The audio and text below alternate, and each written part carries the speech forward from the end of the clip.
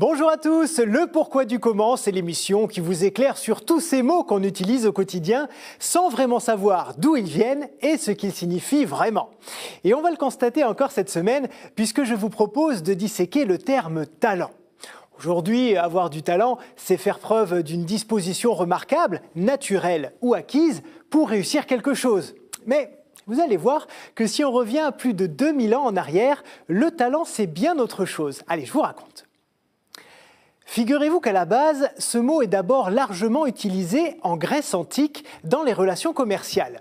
Il désigne avant tout la plus lourde des unités de mesure de poids à l'époque, puis c'est devenu par équivalence une pièce d'or ou d'argent qui avait la valeur la plus élevée parmi les monnaies de l'époque. Un peu comme si le kilo était devenu notre monnaie. Petit à petit, le talent s'est répandu dans tout le bassin méditerranéen, notamment chez les Hébreux qui s'en servaient également au quotidien. Et maintenant que vous avez bien ça en tête, direction l'Évangile selon Matthieu à la découverte de l'une des paraboles dont Jésus avait le secret pour bien comprendre tout le glissement de sens qui s'est produit. C'est l'histoire d'un homme riche qui décide de partir en voyage. Avant de s'en aller, il appelle 3 de ses serviteurs pour leur confier une somme d'argent.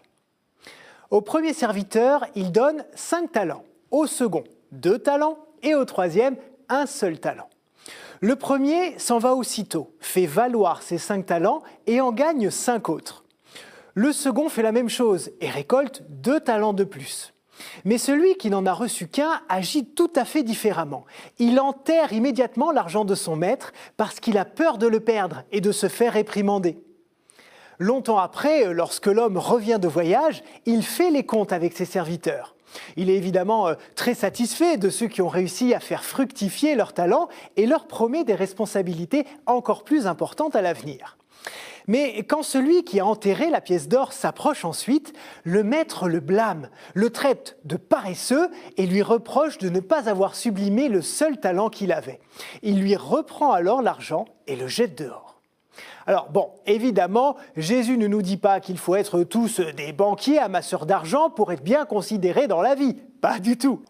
En fait, le Christ sait toute la beauté que nous avons en nous et il nous demande simplement d'en irradier le monde, de ne pas nous cacher ou nous enterrer avec cette lumière. Pour lui, chaque chrétien a l'obligation de faire grandir les dons, les compétences et les qualités que le Seigneur lui a données pour les mettre au service de son prochain et au service du royaume de Dieu.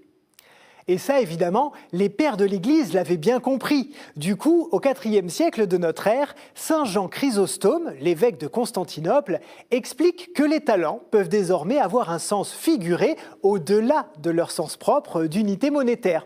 Je le cite. Le talent est tout ce par quoi chacun peut contribuer à l'avantage de son frère, soit en le soutenant de son autorité, soit en l'aidant de son argent, soit en l'assistant de ses conseils par un échange fructueux de paroles, soit en lui rendant tous les autres services qu'on est capable de lui rendre.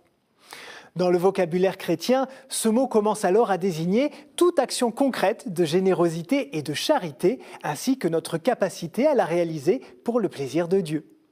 C'est à partir du XIIIe siècle que le latin talentum qualifie également un don du ciel, une aptitude spécifique, et c'est lui qui va s'imposer dans le langage courant. Voilà, donc n'oubliez pas que lorsque vous dites que telle ou telle personne a du talent, vous parlez surtout de sa capacité à agir pour épauler son prochain, et pas seulement de ses grandes qualités dans un domaine. Voilà, c'est la fin de cette émission. Je vous remercie infiniment d'être toujours fidèle à notre rendez-vous, et je vous dis à la semaine prochaine. Au revoir.